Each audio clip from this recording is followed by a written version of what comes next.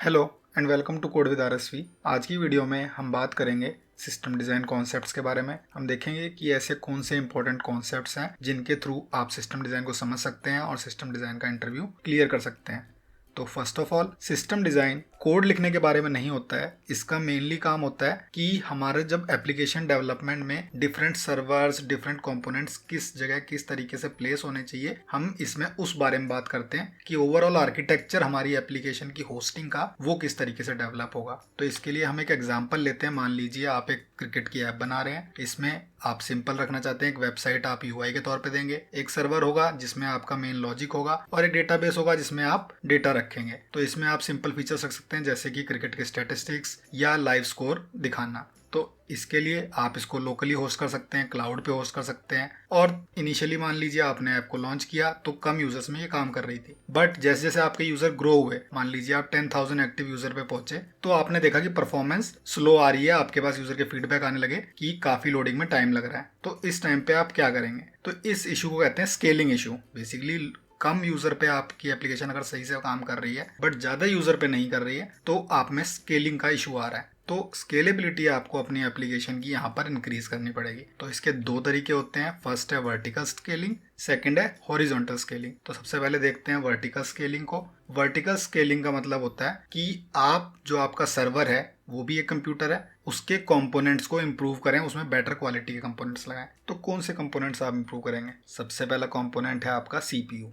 Basically CPU जो होता है वो एक कंप्यूटर के ब्रेन की तरह होता है। जितना भी आप कोड लिखते हैं, इंस्ट्रक्शंस लिखते हैं, वो सारे के सारे एक सीपीयू ही एग्जीक्यूट करता है। तो आप मार्केट में से बेस्ट सीपीयू अपने सर्वर के लिए इंक्लूड कर सकते हैं जिससे कि उसकी परफॉर्मेंस इंप्रूव हो जाए। मान लीजिए आपने सीपीयू अपग्रेड कर लिया बट अभी भी आपके परफॉर्मेंस इशू आ रहे हैं, तो सेकंड ऑप्शन होता है कि आप अपने सिस्टम की रैम इंक्रीज कीजिए। रैम बेसिकली आपकी एप्लीकेशन का सारा डेटा स्टोर करती है। जितने भी डेटा स्ट्रक्चर्स आप बनाते हैं, वेरिएबल्स होते हैं, वो सारा रैम में लोड होता है। ये एक वॉलेटाइल मेमोरी होती है, यानी कि जैसे ही आपकी एप्लीकेशन क्लोज होगी या मान लीजिए पावर कट हो गई तो रैम में जो भी डेटा था वो लॉस्ट हो जाता है, ये प्रिजर्व नहीं होता है। रैम डिफरेंट डिफरेंट साइज की आती है, 4 GB RAM, 8 GB RAM, 16 GB RAM. इस तरीके से डिफरेंट साइज में आप रैम यूज कर सकते हैं और रैम में से डेटा रीड करना काफी फास्ट होता है। 5000 MB/s तक आप वहां से डेटा रीड कर सकते हैं। और सिर्फ रैम ही नहीं होती है जहाँ से सीपीयू डेटा रीड करता है। इसके अलावा सीपीयू एक कैशे भी मेंटेन करके रखता है जिसमें वो फास्टर स्पीड में रीड करने के लिए थोड़ा सा डेटा स्टोर रखता है। बेसिकली जो डेटा सीपीयू को लगता है कि मुझे फ्रीक्वेंटली चाहिए होगा वो अपने एक कैशे में स्टोर कर लेता है। तो इस तरीके के उसके पास 3 कैशे होते हैं जिनको कहा जाता है L1, L2, L3 कैशे। तो सीपीयू बेसिकली पहले किसी भी डेटा को L1 कैशे में चेक करता है, नहीं मिलता है तो L2 कैशे में, फिर नहीं मिलता है तो L3 कैशे में। अगर तीनों में नहीं मिलता है तब वो रैम में जाता है। ये एक्चुअली बहुत फास्ट होता है ये चीज, तो इससे परफॉर्मेंस पे इतना इम्पैक्ट नहीं आता है। बट कोई भी चीज जो फ्रिक्वेंटली चाहिए वो इसको अगर L1 कैशे मिल जाती है तो उसको रैम के पास नहीं जाना पड़ेगा। और क्योंकि कैशे काफी फास्ट स्पीड प्रोवाइड करता है रैम के कंपैरिजन में, ये नैनो सेकंड्स में वर्क करता है, तो उससे सीपीयू का वर्क काफी ज्यादा फास्ट हो जाता है। तो मान लीजिए आपने सीपीयू और रैम दोनों अपनी बेस्ट क्वालिटी की, बेस्ट परफॉर्मेंस की इंस्टॉल कर ली, फिर भी परफॉर्मेंस इशू आ रहे हैं, तो नेक्स्ट स्टेप होता है आप डिस्क स्टोरेज पे जाएंगे। मेनली डिस्क स्टोरेज होती है वो परमानेंट डेटा स्टोर करने के लिए होती है, क्योंकि हमने जैसे बात की थी कि रैम वॉलेटाइल होती है। तो डिस्क स्टोरेज हम करते हैं तो नॉन वॉलेटाइल होती है। डिस्क स्टोरेज मेनली दो टाइप की होती है। फर्स्ट होती है हार्ड डिस्क ड्राइव और सेकंड होती है सॉलिड स्टेट ड्राइव। तो बेसिकली ये दोनों ही नॉन वॉलेटाइल होती है, यानी कि अगर आपकी इलेक्ट्रिसिटी चली जाती है या आप सिस्टम बंद कर देते हैं तो भी ये डेटा आपका लॉस नहीं होता। नेक्स्ट रिबूट पे ये डेटा आपको वापस स्टोरेज मिलेगा जो भी आप इसमें स्टोर करेंगे। परफॉर्मेंस वाइज बात करें, डिस्क स्टोरेज में आप डिफरेंट डिफरेंट टाइप का डेटा स्टोर करते हैं, जैसे कि आपकी सारी फाइलें जो कंप्यूटर पे होती हैं वो सारी हार्ड डिस्क में रहती हैं। आप जो भी एप्स इंस्टॉल करते हो वो एप्स भी हार्ड डिस्क में होती हैं, और इवन आप जो ऑपरेटिंग सिस्टम इंस्टॉल करते हो वो भी आपकी हार्ड डिस्क में ही स्टोर होता है आके। तो ये काफ़ी डिफरेंट साइजेस में आती हैं। आप 256 GB, 512 GB, 1 TB, 2 TB, ये नॉर्मल साइज में आप ले सकते हैं। इवन इससे ज़्यादा साइज की भी हार्ड डिस्क ड्राइव और सॉलिड स्टेट ड्राइव दोनों ही आती हैं। अगर हम परफॉर्मेंस की बात करें तो हार्ड डिस्क ड्राइव थोड़ी स्लो होती है as compare to solid state drive जो कि काफ़ी फास्ट होती है। जैसे कि आप अगर हार्ड डिस्क ड्राइव यूज़ कर रहे हैं तो वो 80 MBps से 160 MBps तक ही परफॉर्मेंस देगी, बट सॉलिड स्टेट ड्राइव आपको 500 MBps से 3500 MBps तक स्पीड दे सकती है। बट इसमें सबसे बड़ा एक फैक्टर ये रहता है कि सॉलिड स्टेट ड्राइव हमेशा आपकी हार्ड डिस्क ड्राइव से महंगी मिलती है। क्यों? इसीलिए क्योंकि ये परफॉर्मेंस बेटर दे रही है। तो आप अपने सिस्टम की परफॉर्मेंस इंप्रूव करने के लिए सॉलिड स्टेट ड्राइव वहाँ पे यूज कर सकते हैं। इसके बाद आपको एक चीज ध्यान रखनी है कि ये सारे कंपोनेंट्स आपके कंप्यूटर या सर्वर के मदरबोर्ड में इंस्टॉल होते हैं। तो आपको मदरबोर्ड भी इंश्योर करना है कि आप जब ये पार्टिकल्स रिप्लेस कर रहे हो तो वो कंपैटिबल हो। अगर कंपैटिबल नहीं होगा तो इनकी परफॉर्मेंस में इशू आ सकता है और इवन हो सकता है कि सर्वर वर्क करना ही बंद कर जाए। तो आपको ये कंपोनेंट्स का पता होना चाहिए जब आप वर्टिकल स्केलिंग करने जाएंगे।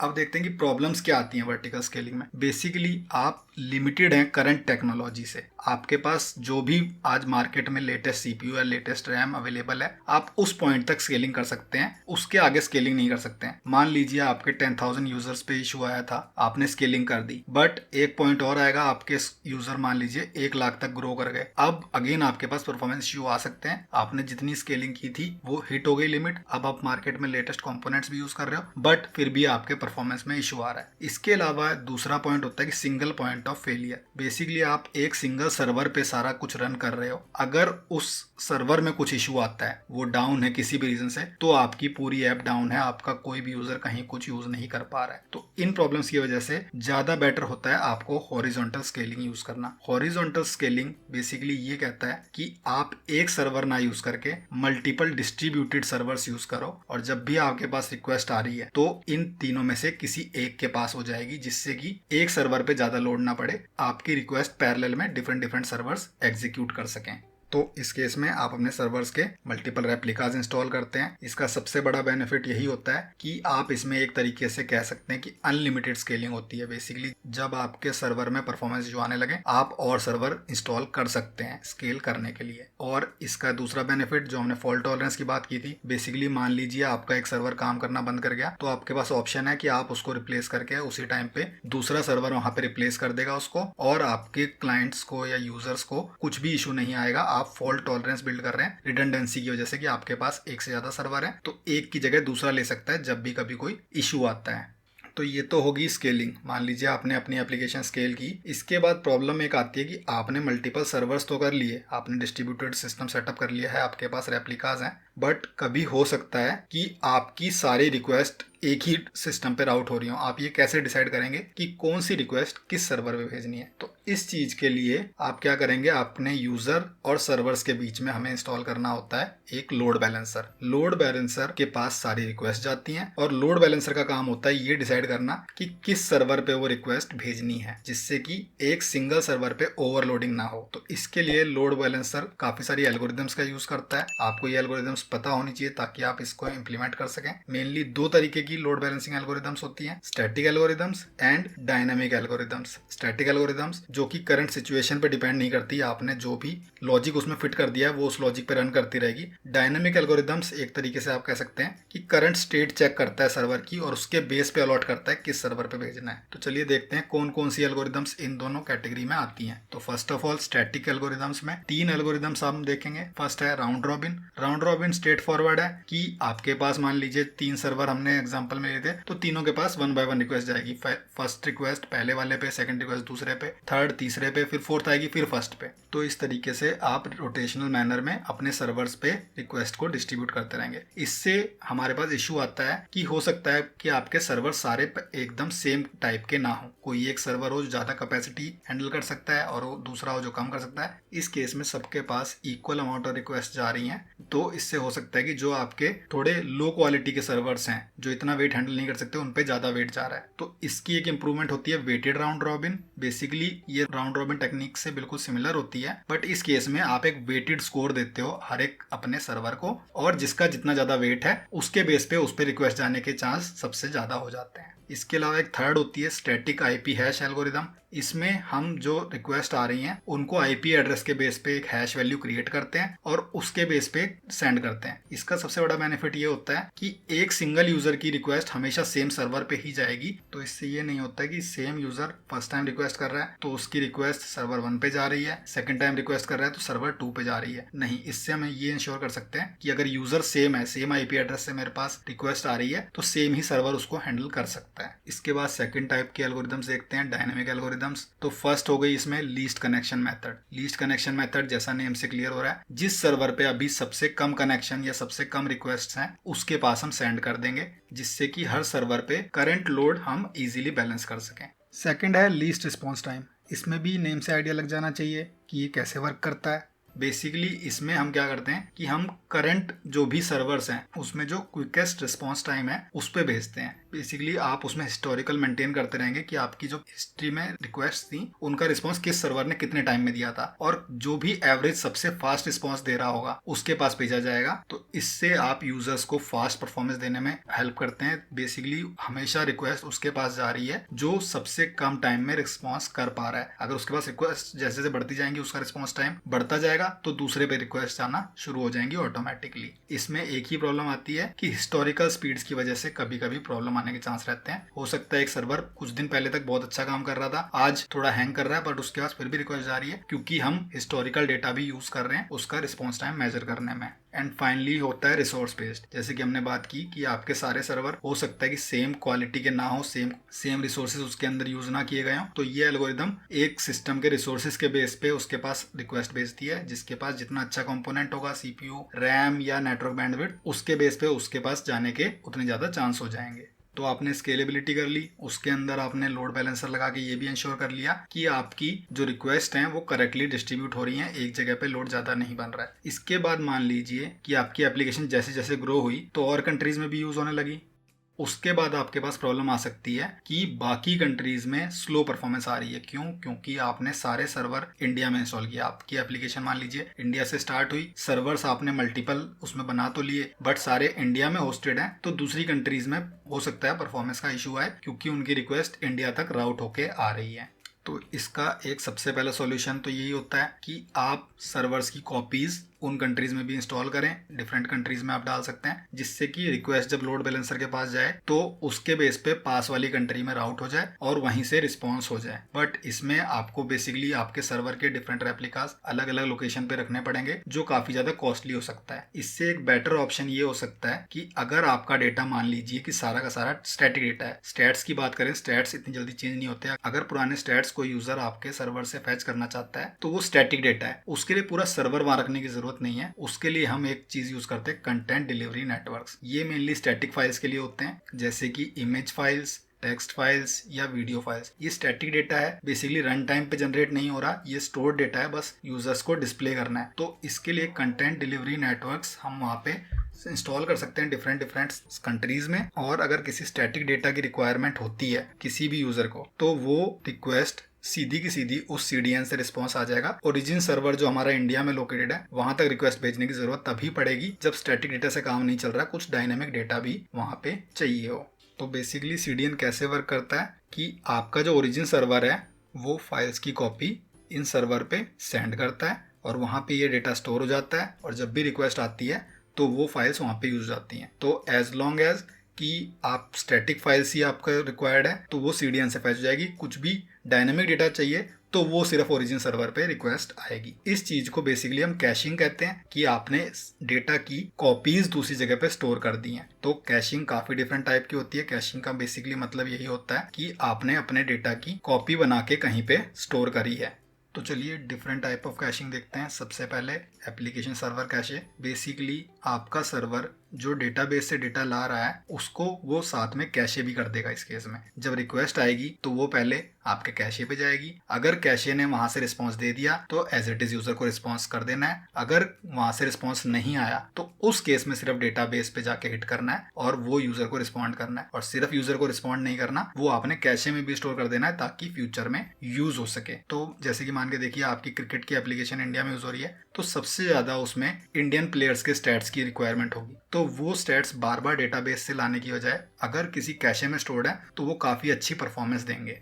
इसके अलावा डिस्ट्रीब्यूटेड कैशे होता है। बेसिकली सेम कॉन्सेप्ट है, आप बस एक सिंगल कैशे ना रख के मल्टीपल डिस्ट्रीब्यूटेड कैशे रख रहे हैं। इससे यही बेनिफिट है कि आपके कैशे छोटे छोटे डिफरेंट पार्ट्स में डिवाइडेड है। कुछ एक पर्टिकुलर टाइप का डेटा एक कैशे में, एक पर्टिकुलर टाइप का दूसरे में है। इवन आप रेप्लिकेशन भी कर सकते हैं जिससे कि आपका जो डेटा है वो कहीं ना कहीं गेट हो जाए, इवन आपका कैशे हैंग कर रहा है तो भी। इसके बाद ग्लोबल कैशे होता है। ग्लोबल कैशे के केस में बेसिकली होता है कि आपकी एप्लीकेशन कभी डेटाबेस पे जा ही नहीं रही है, आपकी एप्लीकेशन सिर्फ कैशे से डेटा मांग रही है और अगर कैशे के पास डेटा नहीं है तो कैशे डेटाबेस से डेटा लाके रिट्रीव कराएगा। आपकी एप्लीकेशन डेटाबेस से कांटेक्ट करने की जरूरत ही नहीं होती इस केस में।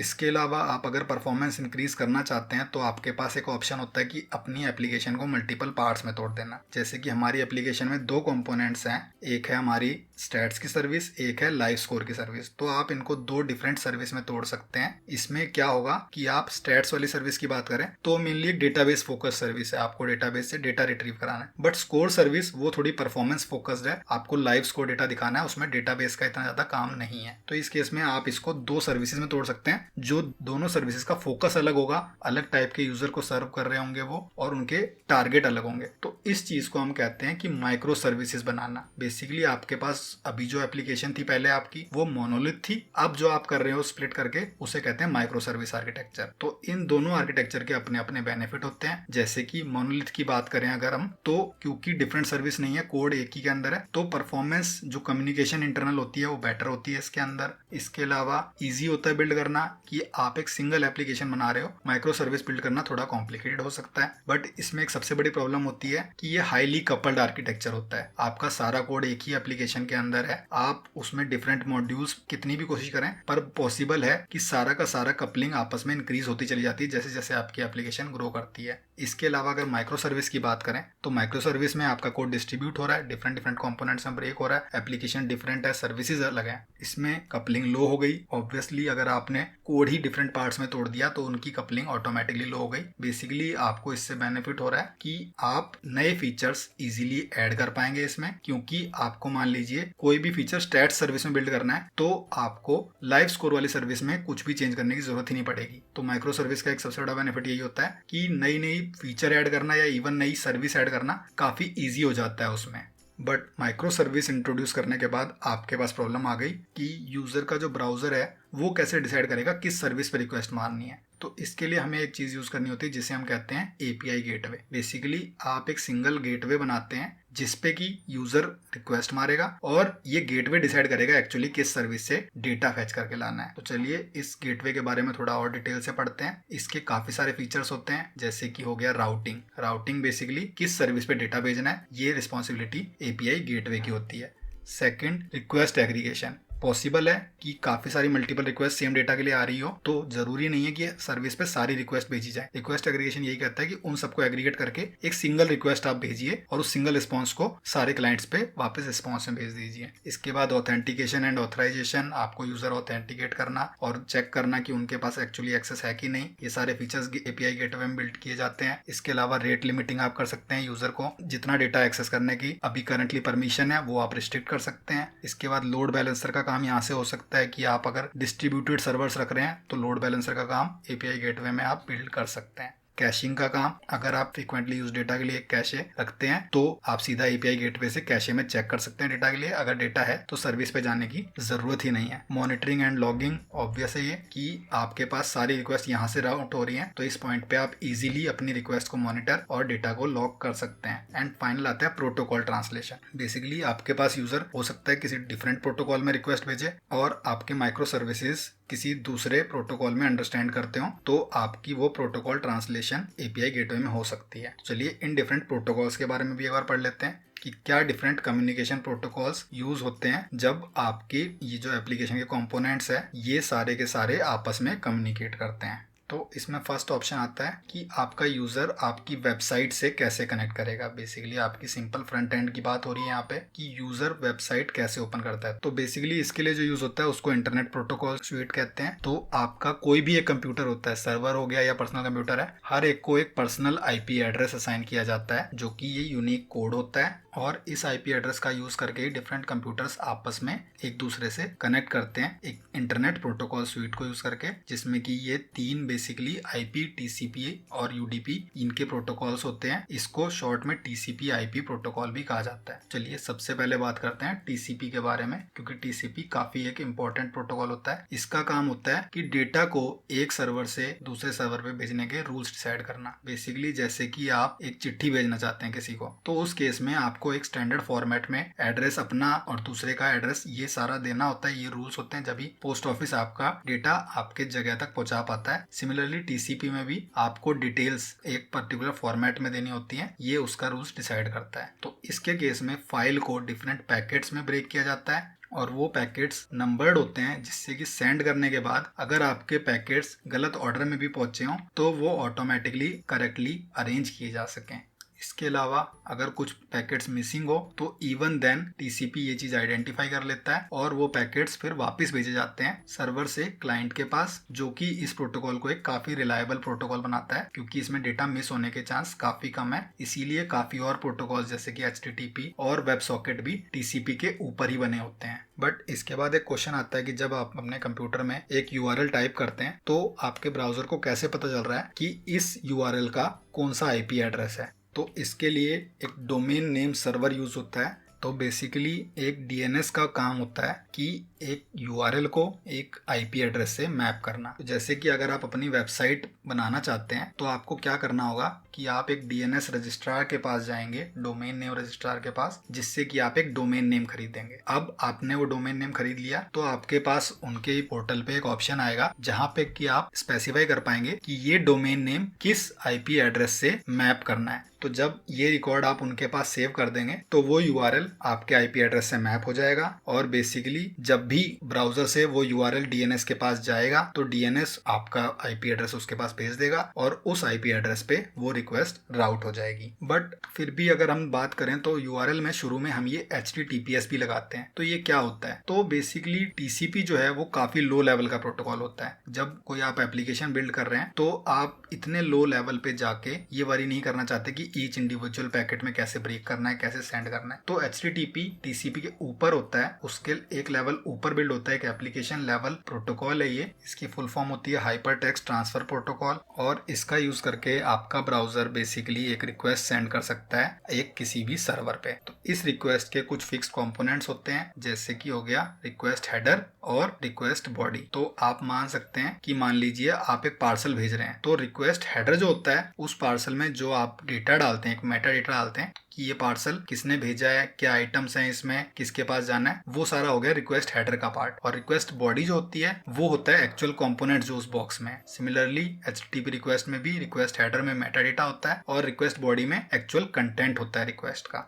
और इसके बाद अगर HTTPS की बात करें तो वो HTTP के बेस पे है, बट वो कंपैरेटिवली काफी ज्यादा सिक्योर होता है और आजकल ज्यादातर SSL का यूज करके HTTPS का ही यूज करा जाता है, जिससे कि एनक्रिप्शन के थ्रू आपकी सिक्योरिटी एनहांस की जा सके। तो ये तो हो गया कि यूजर आपकी वेबसाइट के फ्रंट एंड से कैसे कनेक्ट करेगा। अब ये फ्रंट एंड आपके API गेटवे से कैसे कनेक्ट करेगा, चलिए इसकी बात करते हैं। तो इसके लिए मेनली 3 तरीके के API पैराडाइम्स यूज होते हैं, REST API, GraphQL और gRPC। तो सबसे पहले बात करते हैं REST API के बारे में। REST API एक स्टैंडर्ड प्रोटोकॉल है जो कि स्टेटलेस आपकी API को बनाता है। बेसिकली एक रिक्वेस्ट से दूसरी रिक्वेस्ट के बीच में कुछ भी स्टेट ट्रांसफर नहीं हो रही है, दोनों बिल्कुल सेपरेट होती हैं। और इसके अलावा ये डिफरेंट APIs को एक कंसिस्टेंसी भी प्रोवाइड करता है। बेसिकली ये कुछ सेट ऑफ रूल्स देता है, उसके हिसाब से सारी REST API वर्क करती हैं। तो इससे एक्सपेक्टेशन क्लियर हो जाती है ब्राउजर की कि किस कोड को किस तरीके से इंटरप्रेट करना है। जैसे कि अगर रिक्वेस्ट का रिस्पॉन्स करेक्टली आया है तो 200 ओके रिस्पॉन्स आएगा, अगर आपकी रिक्वेस्ट में कुछ कमी थी, कुछ खराबी थी तो 400 बैड रिक्वेस्ट आएगा। बट अगर सर्वर एंड पे कुछ इशू हुआ है तो 500 इंटरनल सर्वर एरर, इस तरीके से रिस्पॉन्स आएगा। तो ये स्टैंडर्डाइज करता है आपकी रिक्वेस्ट और रिस्पॉन्स को, जिससे कि आपका ब्राउजर एक कंसिस्टेंट टाइप का रिस्पॉन्स एक्सपेक्ट कर सकता है। इसके बाद सेकंड है GraphQL, जिसको कि फेसबुक ने 2015 में रिलीज किया था। ये रेस्ट की तरह ही है, बट इसमें आपके पास ऑप्शन होता है कि आप जो अपनी रिक्वेस्ट भेज रहे हो वो क्वेरी के फॉर्म में भेजोगे, जिससे कि आपको सारा का सारा डेटा लोड करने की जरूरत नहीं पड़ेगी। आप कुछ पर्टिकुलर डेटा मंगा सकते हो क्वेरीज के बेस पे। इसके अलावा gRPC होता है। gRPC गूगल ने 2016 में रिलीज किया था। ये mainly server to server communication के लिए बना है, बट gRPC वेब का यूज करके आप अपने ब्राउजर से अपने सर्वर तक भी इसको यूज कर सकते हो। इसका मेन एडवांटेज ये होता है कि इसकी परफॉर्मेंस काफी अच्छी होती है, और वो इसलिए होता है क्योंकि gRPC के अंदर जेसन की जगह पे प्रोटोकॉल बफर्स यूज होते हैं। Protocol buffers as compare to JSON काफी फास्ट होते हैं। रेस्ट API जेसन यूज करती है, इसलिए परफॉर्मेंस gRPC के कंपैरिजन में उसकी थोड़ी स्लो होती है। तो नेक्स्ट स्टेप है गेटवे टू माइक्रो सर्विसेज। एक बार आपके API तक रिक्वेस्ट पहुंच गई तो अब ये आप API और माइक्रो सर्विसेज आपस में कैसे इंटरेक्ट करती हैं, उसके कुछ कम्युनिकेशन प्रोटोकॉल्स देखते हैं। तो सबसे पहला होता है उसमें वेब सॉकेट। वेब सॉकेट बिल्कुल बेस लेवल पे सबसे ज्यादा यूज होता है। बेसिकली अभी तक जो हम रेस्ट API की बात कर रहे थे वो सिंक्रोनस थी, तो अगर हम अपनी API गेटवे और माइक्रो सर्विसेज के बीच के कम्युनिकेशन की बात करें तो ये आपस में डिफरेंट टाइम पे कनेक्ट करना चाहती हैं। ये चाहती हैं कि कभी भी मैं रिक्वेस्ट भेजूं तो उधर रिसीव हो जाए, प्रोसेस हो जाए। बट ये चीज़ अगर हम जैसे रेस्ट प्रोटोकॉल से अचीव करना चाहेंगे तो वो सिंक्रोनस होने की वजह से बेसिकली हमें लूप कंटिन्यू वहाँ चलाना पड़ेगा जो कि वेट करता रहे मेरे पास कोई रिक्वेस्ट आए, जो कि एक अच्छा सॉल्यूशन नहीं है। तो इसकी जगह पे हम वेब सॉकेट यूज़ करते हैं जो कि कुछ इस तरीके से वर्क करता है जैसे कि आप मैसेजिंग ऐप्स को ले सकते हैं। तो जब आप किसी के पास मैसेज भेजते हैं तो वो मैसेज सर्वर पे जाता है और सर्वर तुरंत उसकी एक नोटिफिकेशन दूसरे यूज़र पे भेज देता है, और इवन वापस वहाँ से कोई मैसेज आता है तुरंत आपके पास भी उसकी नोटिफिकेशन आ जाती है। तो ये सब कुछ हो पाता है वेब सॉकेट या एसिंक्रोनस टेक्नोलॉजी की वजह से। बेसिकली इस केस में आप सिंपली रजिस्टर कर देते हो कि मुझे इस टाइप की रिक्वेस्ट कोई भी आती है तो मेरे पास उसको फॉरवर्ड कर दो। आपको कंटिन्यू कोई लूप चलाने की जरूरत नहीं है, आपके पास ऑटोमेटिक एक इवेंट फायर हो जाएगा कि आपके पास ये कोई डेटा सेंड किया किसी ने। इसके अलावा सिग्नल आर भी एक बहुत सिमिलर प्रोटोकॉल है। एक्चुअली ये वेब सॉकेट के ही टॉप पे बना हुआ है जिसमें कि आप वेब सॉकेट का बॉयलर प्लेट कोड ना करके डायरेक्ट सिग्नल आर यूज करते हो तो इम्प्लीमेंटेशन काफी इजी हो जाती है। इंटरनली सिग्नल आर भी वेब सॉकेट को ही यूज करता है। इसके बाद अगर माइक्रो सर्विसेज के बीच में कम्युनिकेशन की बात करें तो मैसेज क्यूज का वहाँ काफी ज्यादा यूज होता है। बेसिकली मैसेज क्यूज क्या होती है कि इनको प्लेस किया जाता है सर्विसेज के बीच में जिससे कि सर्विस डायरेक्ट आपस में कनेक्ट ना करें। सर्विस डेटा भेजेगी आपकी मैसेज क्यू में और मैसेज क्यू डिसाइड करेगी कि किस सर्विस पे जाना है। तो इनिशियली स्टार्टअप पे आप सारी वो सर्विसेज अपना अपना रजिस्ट्रेशन कर देंगे एक तरीके से मैसेज क्यू के पास कि मेरे पास इस टाइप का डेटा भेजना है, मेरे पास इस टाइप का। अब ये मैसेज क्यू का काम है कि जब उसके पास डेटा आया तो वो किस पे जाएगा, और जिसने डेटा भेजा उसको कोई भी आइडिया नहीं होगा कि एक्चुअली डेटा किसके पास गया। तो इससे कपलिंग और ज़्यादा डिक्रीज होती है।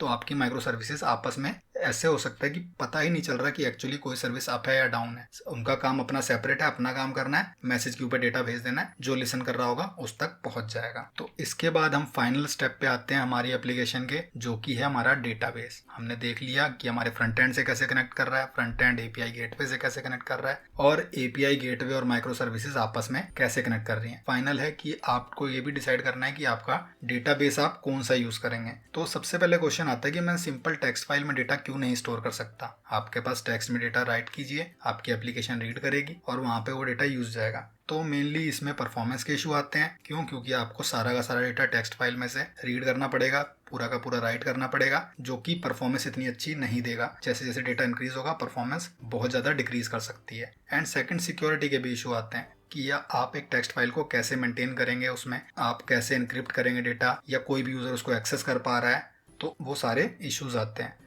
तो इसी वजह से सबसे ज़्यादा एप्लीकेशंस यूज़ करते हैं रिलेशनल डेटाबेसेस को, जिसमें कि हम स्ट्रक्चर्ड क्वेरी लैंग्वेज का यूज़ करके डेटा को मॉडिफाई या रिट्रीव कर सकते हैं। तो काफ़ी सारे डेटाबेस होते हैं जो SQL को सपोर्ट करते हैं, जैसे कि माइक्रोसॉफ्ट SQL सर्वर, पोस्टग्रेसql, MySQL। ये सारे डिफरेंट डेटाबेसेस हैं जो सब SQL के बेस पे वर्क करते हैं। ये सारे रिलेशनल डेटाबेसेस हैं। तो रिलेशनल डेटाबेसेस बेसिकली टेबल्स के फॉर्म में डेटा को स्टोर करता है, जिसमें कि रोज और कॉलम्स होती हैं और डिफरेंट टेबल्स के बीच में आपस में रिलेशन होती हैं जो कि हम फॉरेन की से लिंक कर देते हैं। तो इसी वजह से इनको रिलेशनल डेटाबेस कहा जाता है, क्योंकि डेटा एक प्रॉपर ऐसे फॉर्मेट में स्टोर किया जा रहा है जो एक से दूसरा रिलेट किया जा सके। तो कोई भी SQL डेटाबेस जो होता है वो आपकी एसिड प्रॉपर्टीज को सपोर्ट करता है। तो एसिड प्रॉपर्टीज क्या होती हैं? फर्स्ट ऑफ ऑल ए होता है एटोमिसिटी। एटोमिसिटी मतलब कोई भी आप ट्रांजैक्शन कर रहे हैं, कोई भी आप मॉडिफिकेशन कर रहे हैं, वो अपने आप में एक सिंगल यूनिट है, यानी कि या तो वो पूरी कमिट होगी या पूरी रिवर्ट हो जाएगी। ऐसा नहीं होगा कि आप मान लीजिए ATM पे गए, आपने 5 रुपीज विदड्रॉ किए, तो आपके अकाउंट में एक एंड पे दिखा रहा है विदड्रॉ हो गए, एक एंड पे दिखा रहा है नहीं हो गए। तो SQL ऐसे वर्क करता है, या तो प्रॉपर वो ट्रांजेक्शन पूरी होगी या वो नहीं होगी। सेकेंड आता है कंसिस्टेंसी। बेसिकली आपने एक कोई भी ट्रांजैक्शन करी तो उस ट्रांजैक्शन से पहले और बाद में आपका डेटाबेस वैलिड स्टेट में रहेगा, वहां पे आपको कुछ भी करप्शन देखने को नहीं मिलेगी। Second, isolation. बेसिकली एक ही टाइम पे मल्टीपल ट्रांजैक्शंस अगर एग्जीक्यूट कर रही हैं तो वो एक दूसरे में इंटरफेयर नहीं करेंगी, वो सारी की सारी आइसोलेट होंगी। एंड फाइनल होता है ड्यूरेबिलिटी। बेसिकली आपकी ट्रांजैक्शन जैसे ही कंप्लीट होती है तो जो भी मॉडिफिकेशन हुई होगी वो सारी की सारी डिस्क में राइट हो जाएगी, जिससे कि आपकी बाद में डेटा लैप्स होने के चांस ना रहे। आपका ये नहीं होगा कि आपकी ट्रांजैक्शन पूरी हुई, उसके बाद अगर मान लीजिए पावर इशू होता है तो आपका डेटा लॉस हो जाए। नहीं, वो डिस्क पे राइट हुई है, वो चीज परसिस्ट करेगी। तो ये इसके एडवांटेज होते हैं। बट ये सारी प्रॉपर्टीज फॉलो करने की वजह से सीक्वल डेटाबेस कई केसेस में हो सकता है कि परफॉर्मेंस थोड़ी स्लो हो जाए। इसीलिए कई जगह पे नो सीक्वल डेटाबेसेस भी काफी काम के होते हैं। नो सीक्वल वो डेटाबेस होते हैं जो ये सारी एसिड प्रॉपर्टीज को नहीं सपोर्ट करते हैं। जैसे कि अगर एग्जांपल के तौर पे बात करें तो मोंगोडीबी एक नो सीक्वल डेटाबेस होता है जिसमें कि डेटा बीसन डॉक्यूमेंट्स के फॉर्म में स्टोर किया जाता है। इसके अलावा रेडिट एक डेटाबेस के तौर पे यूज कर सकता है, हालांकि इसका सबसे ज्यादा यूज कैशे के तौर पे होता है, बट क्योंकि ये डेटा परसिस्ट कराता है तो इसको भी एक नो सीक्वल डेटाबेस के तौर पे यूज किया जा सकता है। और इसमें वैल्यूज की वैल्यू पेयर के फॉर्म में स्टोर होती हैं। आप एक की दे सकते हैं और उसकी वैल्यू दे सकते हैं और आप उस की के बेस पे वैल्यू को रिट्रीव भी कर सकते हैं। इसके अलावा एक Neo4j नो सीक्वल डेटाबेस होता है जो कि ग्राफ के फॉर्मेट में डेटा को स्टोर करता है। तो ये सब हो गए डेटाबेस के डिफरेंट टाइप्स। अब मान लीजिए आपने डेटाबेस डिसाइड कर लिया, बट आपके किसी पॉइंट पे डेटाबेस को भी स्केल करना पड़ सकता है। जैसे जैसे आप एप्लीकेशन स्केल करेंगे तो आप नहीं चाहते कि डेटाबेस पे आपकी एप्लीकेशन आके बॉटलनेक बन जाए और वहां से आपकी परफॉर्मेंस इंपैक्ट हो रही हो। तो डेटाबेस स्केलिंग के दो तरीके हैं।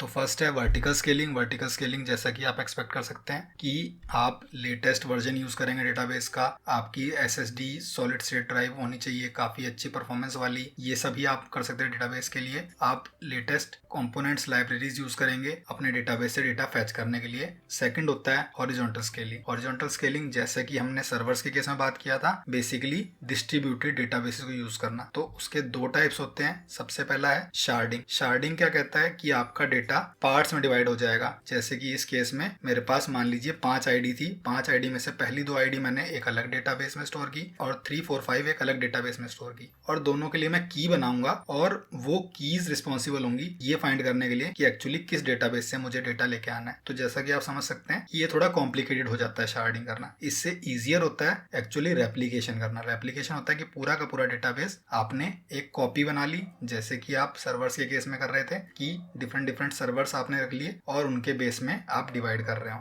तो रेप्लिकेशन भी मेनली दो टाइप का होता है। फर्स्ट होता है लीडर फॉलोअर रेप्लिकेशन, इसको मास्टर स्लेव रेप्लिकेशन भी कहते हैं। तो इस केस में क्या होता है कि एक लीडर होता है और एक फॉलोअर होता है। तो जब भी राइट ऑपरेशन होता है तो राइट ऑपरेशन सिर्फ लीडर के पास जाता है और लीडर का काम होता है कि जैसे ही राइट हो उसके पास सारे फॉलोअर्स के पास भेज देना डेटा राइट होने को। बट रीड रिक्वेस्ट लीडर पे भी आ सकती है, फॉलोअर पे भी आ सकती है। तो इससे क्या होता है कि राइट ऑपरेशन यूजुअली काफी कम परफॉर्म करने होते हैं सर्वर्स में। तो एक ही सर्वर पे राइट ऑपरेशन हो रहे होते हैं और रीड के लिए मेरे पास बेसिकली कॉपीज अवेलेबल होती हैं। तो ये तभी वर्क करेगा जब आपके राइट ऑपरेशन कंपैरेटिवली रीड से काफी कम है। अगर आपके राइट और रीड दोनों इक्वल अमाउंट में तो आप दूसरे टाइप का रेप्लिकेशन यूज करेंगे जो कि होता है लीडर रीडर। उस केस में आपके राइट ऑपरेशन भी किसी पे भी जा सकते हैं और रीड ऑपरेशन भी किसी पे भी जा सकते हैं। तो मान लीजिए आप अपने एप्लीकेशन में लीडर लीडर एप्लीकेशन यूज कर रहे हैं। अब आपके पास इश्यू आता है कि आपके पास डेटाबेस अपडेट आई एक सर्वर पे, तो आपको उस सर्वर से दूसरे पे, दूसरे से तीसरे पे, इस तरीके से वो अपडेट सारे अपने डेटाबेस बैकअप्स पे भेजनी पड़ेगी। तो आप कैसे भेजेंगे? अगर आप 1 बाय 1 भेज रहे हैं तो आपके पास एक प्रॉब्लम आती है जिसको कि कहा जाता है कंसिस्टेंसी इशू।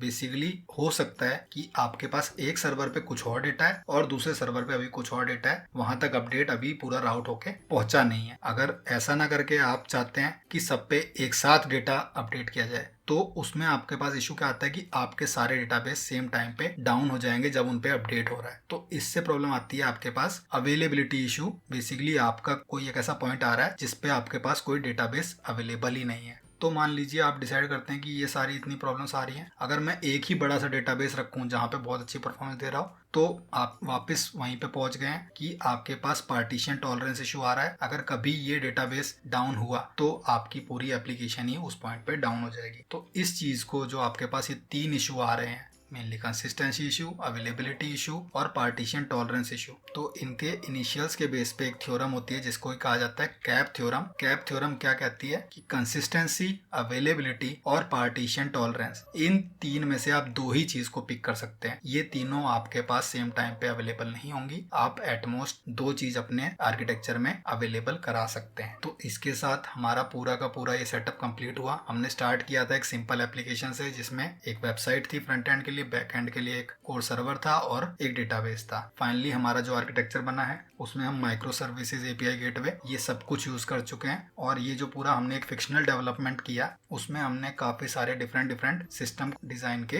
कंपोनेंट्स के बारे में बात की। तो अगर आपको ये वीडियो अच्छा लगा तो इसे लाइक करें और ऐसी और वीडियोस के लिए चैनल को सब्सक्राइब करें।